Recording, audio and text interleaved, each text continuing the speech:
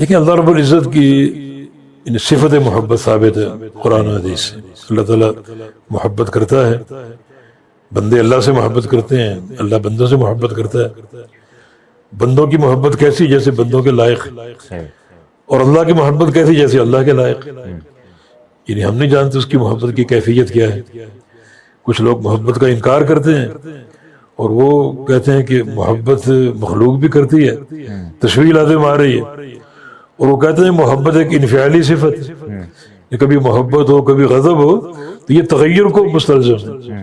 اللہ کی ذات میں تغیر نہیں ہے، حالانکہ یہ تغیر تو مخلوق میں ہوتا ہے نا. خالق کی صفات میں تغیر کیسے پیدا کر لیا؟ یعنی یا تو آپ کو پتہ ہے کہ خالق کا محبت کرنا کیسا ہے اور خالق کا غضب کرنا کیسا ہے، اور پھر آپ اس میں تغیر پیدا کریں. جب اس کی کیفیت ہم جانتے ہی نہیں ہیں تو پھر اللہ تعالیٰ کی صفت محبت پر ایمان لے آؤ اور کیفیت اس کی اللہ کی صفت. باقی اللہ تعالیٰ بندوں پر بڑا رحم دل، بڑی رحم کرنے والا اور بڑی محبت کرنے والا. اس کا بندوں سے پیار جو ہے وہ ایک حدیث کے مطابق ماؤں کے پیار سے زیادہ. جو ایک جنگی قیدی، ایک خاتون کا واقعہ حدیث میں آتا ہے صحیح بخاری میں، کہ وہ اس کا بچہ کھو گیا اور اس کو تلاش کر رہی ہے، بچہ مل نہیں رہا، اور بڑی بے قرار ہر بچے کو اٹھاتی، دیکھتی، سینے سے لگاتی، پھر قریب کر کے دیکھتی تو اس کا بچہ نہ ہوتا، پھر اس کو چھوڑ دیتی، پھر آگے بھاگ رہی. صحابہ یہ منظر دیکھ رہے ہیں، نبی علیہ السلام یہ منظر دیکھ رہے ہیں، تو رسول اللہ صلی اللہ علیہ وسلم نے فرمایا کہ حل ترون طارحۃ ولدھا فی النار، کہ کیا تم سمجھتے ہو یہ عورت بچے کو پا لینے کے بعد اپنے ہاتھوں سے اس کو آگ میں ڈال دے گی؟ عرض کیا کہ نہیں.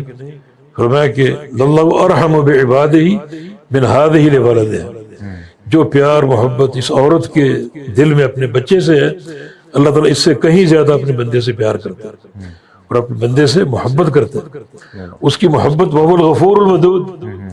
یعنی دو صفات کو اللہ نے جمع کر کے، یعنی کتنا اس کی محبت کا انداز کتنا میٹھا، کتنا ایک دلکش، کہ وہ غفور اور ودود ہے.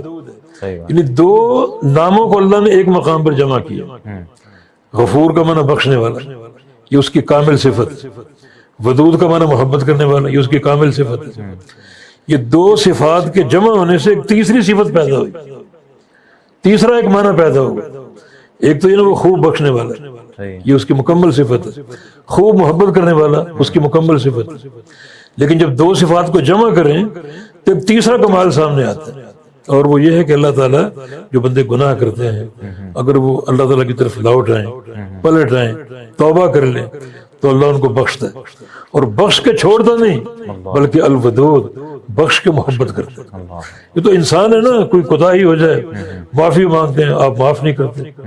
میرے پاؤں پکڑ کے معافی مانگو، چلو مجھ سے میں معاف کرتا ہوں، اپنی شکل مجھ سے گم کر دو، مجھے کبھی نظر نہ آنا. یہ تو انسان ہے. اللہ تعالیٰ بندہ معافی کرتا ہے، 100 بار گناہ کر کے معافی کرتا ہے.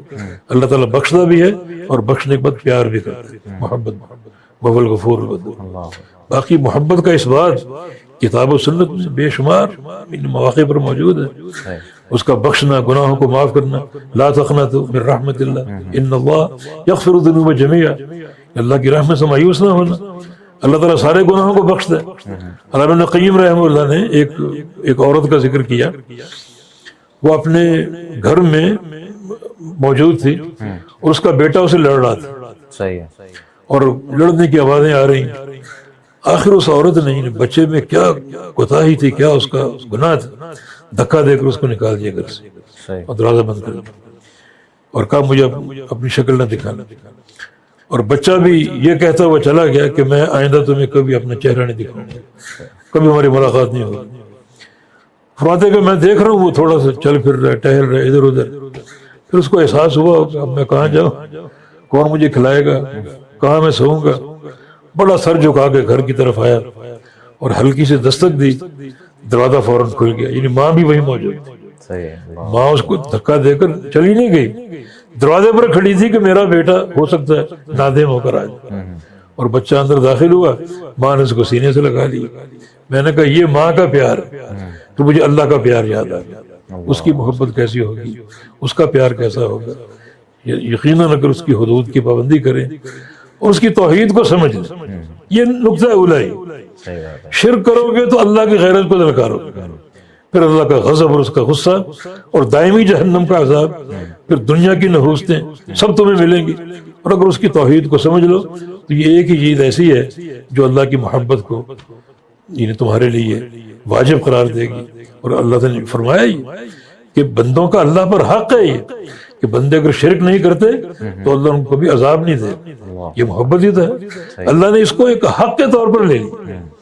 کوئی دنیا کی طاقت اللہ کو مجبور نہیں کر سکتی، اللہ پر کوئی چیز فرض نہیں کر سکتی، مگر توحید کا نقطہ اتنا عظیم ہے کہ اللہ نے اس توحید پر اپنی خوشی سے بندوں کا حق اپنے اوپر لے لیا۔ یہ اب تمہارا فریضہ ہے مجھ پر کہ میں تمہیں عذاب نہیں دوں گا اگر تم شرک نہ کرو اور اگر تم توحید پر قائم رہو۔ صحیح بخاری کی حدیث۔